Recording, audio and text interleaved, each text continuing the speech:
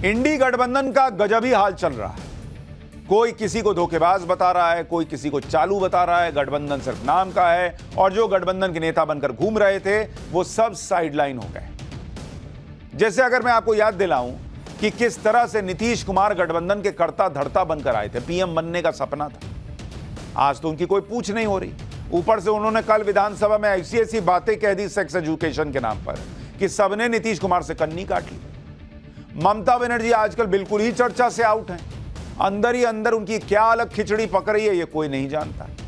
उद्धव ठाकरे और शरद पवार पर गठबंधन के लोग ही विश्वास नहीं करते कि वो गठबंधन के ज्यादा काम आएंगे, क्योंकि दोनों की अपनी पुरानी पार्टी ही नहीं बची। केजरीवाल का तो कोई ठिकाना ही नहीं कि कब वो जेल चले जाएंगे। उनके लोग तो जेल से सरकार चलाने की प्लानिंग करके बैठे हैं। उन्हें गठबंधन से ज्यादा केजरीवाल के जेल जाने की फिक्र है। अखिलेश यादव को गठबंधन से अब कुछ ज्यादा लेना देना नहीं रह गया। वो तो कांग्रेस को ही बैंड बजाने में आजकल जुटे हुए हैं। बच गए राहुल गांधी। वो विधानसभा चुनाव के बीच 2 दिन के लिए केदारनाथ चले गए थे और आज उनकी 4 दिन बाद कोई चुनावी रैली जाकर हुई। ये इस गठबंधन का हाल है। एक नेता कायदे से नरेंद्र मोदी को टक्कर देता हुआ दिख नहीं रहा। सब इधर उधर छितराए हुए हैं। यह हाल हो रखा। यही फर्क है नरेंद्र मोदी में और इंडी गठबंधन के नेताओं में। ये लोग ये नहीं देखते कि नरेंद्र मोदी क्या करते हैं और ये लोग क्या करते हैं, लेकिन इनको लगता है कि नरेंद्र मोदी किसी तरह से बस चुनाव जीत जाते हैं। हम मिल जाएंगे तो जीत जाएंगे। अरे भैया, मिलने के पहले गुण और लक्षण तो मिलाओ नरेंद्र मोदी से। इंडी गठबंधन के नेताओं की लाइन लेंथ ही बिगड़ी हुई है, जबकि नरेंद्र मोदी के लिए क्लियर है कि उन्हें करना क्या है और क्या कहना है। भाई, पॉलिटिक्स में कोई सियासी मौका छोड़ते नहीं। जैसे नीतीश कुमार ने विधानसभा में ऊटपटांग बयान दे दिया तो पीएम मोदी ने तुरंत आज इस मुद्दे पर इंडी गठबंधन को घेर लिया। सुनिए नीतीश कुमार के बयान पर आज पीएम मोदी ने क्या कहा है, उसके बाद बताऊंगा आगे क्या क्या हुआ है। ये गठबंधन गठबंधन, ये इंडी अलायंस, इस इंडी अलायंस के एक बहुत बड़े नेता जो इंडी अलायंस का झंडा लेकर के घूम रहे हैं, जो देश की वर्तमान सरकार को उखाड़ फेंकने के लिए भांति भांति के खेल कर रहे हैं, वो इंडी अलायंस के नेता ने विधानसभा के अंदर, जिस सभा में माताएं बहनें भी मौजूद थी, कोई कल्पना नहीं कर सकता है ऐसी भाषा में बत्ती बातें की। कोई शर्म नहीं है उनको। इतना ही नहीं, इंडी अलायंस का एक भी नेता माताओं बहनों के इतने भयंकर अपमान के खिलाफ एक शब्द बोलने के लिए तैयार नहीं हुआ।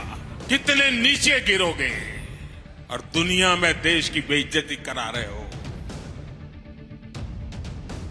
प्रधानमंत्री मोदी जो बात कह रहे हैं वो इसलिए सही है क्योंकि आप देखिए कि कल नीतीश कुमार ने जो बोला था, आज उसके लिए घूम घूम कर माफी मांगनी पड़ रही उनको। लेकिन बॉस, आपने ऐसा बोला ही क्यों कि माफी मांगनी पड़े? हम तो आपको नीतीश कुमार का वो बयान भी नहीं सुनाना चाहते। हमारी टीम में भी चर्चा हुई कि क्या करें, सुनाएं क्या? हमने कहा भाग, ये कोई सुनाने लायक चीज है क्या? जो नीतीश कुमार विधानसभा में बोल दिए वो बार बार क्या सुनाना, जिस चीज के लिए उनको खुद माफी मांगनी पड़ रही। आज नीतीश कुमार किस तरह से सड़क से लेकर सदन तक हर जगह माफी मांग रहे थे, जरा उसको देखिए, फिर दिखाऊंगा कि इस माफी में भी कैसी खोट है। माफी मांगता हूँ अरे लाइव बिहार इसके लिए, अरे नीचे कीजिए, वापिस करता हूँ इन सब बातों का। अगर इसको हमने यूं ही कुछ बात कहा और उसको ले करके इतनी निंदा हो रही है, तो मैं भाई देखिए, अगर मेरी कोई बात कहना गलत था तो मैं इसके लिए माफी मांगता हूँ। आप जो बोल रहे हैं, हमसे आज प्रेस वालों ने पूछा है तो हमने सफाई दे दी है। अगर मेरी किसी बात को लेकर के तकलीफ हुई है तो मैं अपनी बात को वापस करता हूं और मैं अपनी निंदा करता हूं। एक तो मुझे ये बात समझ में नहीं आती कि नेता ये क्यों बोलते हैं कि अगर मेरी बात गलत थी, अगर मेरी बात से हर्ट हुआ है। अगर क्या बॉस, आपको अभी भी समझ में नहीं आ रहा है कि आपकी बात से जो है महिलाओं को कैसा फील हुआ है, प्रदेश की जनता को कैसा फील हुआ है। लोग पूछ रहे हैं कि ये बिहार के सीएम हैं और इनको देश का पीएम बनना है। कल को संसद में अगर बन गए पीएम तो संसद में भी बताएंगे यही सब बातें। और बॉस आपको यह भी बताता हूं कि पॉलिटिक्स में ईमानदारी बहुत जरूरी चीज होती है। और मैं आपसे बार बार कहता हूं कि ये लोग नरेंद्र मोदी से कंपेयर करते हैं, इनमें सबसे बड़ा डिफेक्ट यह है, सबसे बड़ी कमी यह है कि इनमें ईमानदारी की कमी है।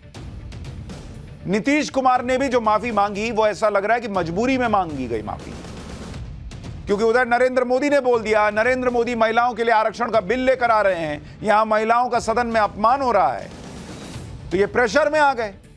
और कैसे आधे अधूरे मन से माफी मांगी गई है, ये इसलिए कह रहा हूं क्योंकि जब सदन में नीतीश कुमार पर बीजेपी ने सवाल उठाए तो नीतीश कुमार ने अपनी गलती पीएम मोदी पर डाल दी और आरोप लगाने लगे कि आपको तो आदेश आया होगा इसलिए आप मेरी निंदा कर रहे हैं। वाह बॉस, अभद्र भाषा और भद्दे इशारों का इस्तेमाल आप करें और राजनीति करने का आरोप दूसरों पर लगाएं। एक बार सुनिए नीतीश कुमार जी ने क्या कहा है। आप लोग कल सहमत थे, लेकिन आप लोगों को आदेश आया होगा कि मेरी निंदा करो, तो मेरे किसी बात के लिए है, मैं उस सब को वापस करता हूं। आप बताइए खुद, किसी आदमी को अपनी गलती का एहसास होगा तो सामने वाले को यह बताएगा कि तुमको ऑर्डर आया है इसलिए तुम जो है मेरी निंदा कर रहे हो। सामने वाला क्या कर रहा है वो छोड़िए ना बॉस, आपने क्या किया वो देखिए। नीतीश कुमार ने जो बात कल विधानसभा में कही थी वो फैमिली प्लानिंग को लेकर कही, लेकिन उनकी भाव भंगिमाएं, उनके इशारे, उनके शब्दों का चयन, ये सब इतना हल्का स्तरहीनता लग रहा था, सड़क पे बात चल रही। वो फैमिली प्लानिंग को लेकर गंभीर बात कह रहे थे, लेकिन उसे इस तरह से बोला कि बहुत लोगों को इस पर आपत्ति हो गई। सदन में कई महिलाएं भी थी जो इस तरह की बातों से असहज हो गई।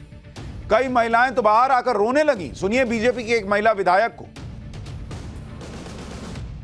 Never can Bihar women forgive him, this person, because आज उन्होंने अपनी पूरी मर्यादा को शर्मसार कर दिया है।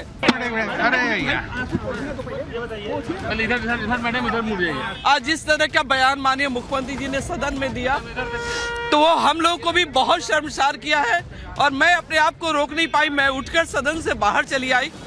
और भी हमारे 7-8 महिलाएं बहनें थी, शायद वो अपने नेता को सुनना चाह रही, वो सुन रहे होंगे, मुझे उससे कोई आपत्ति नहीं है, लेकिन मुझे सुनने की शक्ति नहीं थी, इसलिए मैं हाउस से उठ के बाहर चली आई। और कल तो नीतीश कुमार हंस के बोल रहे थे भाई, सेक्स एजुकेशन के बारे में अवेयरनेस बढ़ाने के लिए भाषा और तरीका दोनों मायने रखते हैं। छोटे छोटे बच्चों को गुड टच बैड टच बताया जाता है तो ध्यान रखा जाता है कि उनको कैसे बताया जा रहा है। और प्रदेश का मुख्यमंत्री, क्या बोलूं मैं, आप जाके इंटरनेट पे देखिए वो क्या बोले, और सबने सुना ही है, किसी को क्या बताना। किसी और ने कहीं ये बात कही होती ना तो उस पर केस हो गया होता, वो जेल चला गया होता। लेकिन नीतीश कुमार मुख्यमंत्री हैं और उन्होंने विधानसभा के अंदर ये बात कही, और विधानसभा के अंदर बोली गई बातों पर विशेषाधिकार होता है, इसलिए कोई कानूनी एक्शन से ये लोग बच जाते हैं। लेकिन इसका मतलब यह है कि सदन के अंदर कुछ भी बोल देंगे आप लोग। नीतीश कुमार के बयान पर राष्ट्रीय महिला आयोग ने भी आपत्ति जताई। महिला आयोग ने बिहार विधानसभा के स्पीकर को चिट्ठी लिखकर सीएम नीतीश कुमार के खिलाफ सख्त एक्शन की मांग की, क्योंकि ऐसे मामलों में सदन के अध्यक्ष के पास कार्रवाई का अधिकार होता है। नीतीश कुमार के बयान का जबरदस्त विरोध हो रहा है। दूसरी पार्टियों के नेताओं ने क्या कहा है वो भी आपको सुनवाता। नीतीश बाबू 18 साल से मुख्यमंत्री है, 19 साल से ना। ये कौन सी भाषा है? ये अश्लील है, ये शर्मनाक है। जिसको दोहराने में आपको कठिनाई हो रही है वो देश भी सवाल पूछ रहा है, टीवी चैनल उस पर ब्लिंक कर दे रहे हैं, और आप कहते हैं अगर बुरा लगा है तो आपकी ईमानदार माफी नहीं है। नीतीश बाबू, आपके अंदर जो सोच है देश की नारी शक्ति के बारे में, अगर बुरा लगा है तो आपकी ईमानदार सोच नहीं है। मैं बहुत भर्त्सना करता हूं, कंडेम करता हूं। नीतीश बाबू, लोकतंत्र लोकलाज से चलता है, खाली नियम से नहीं चलता।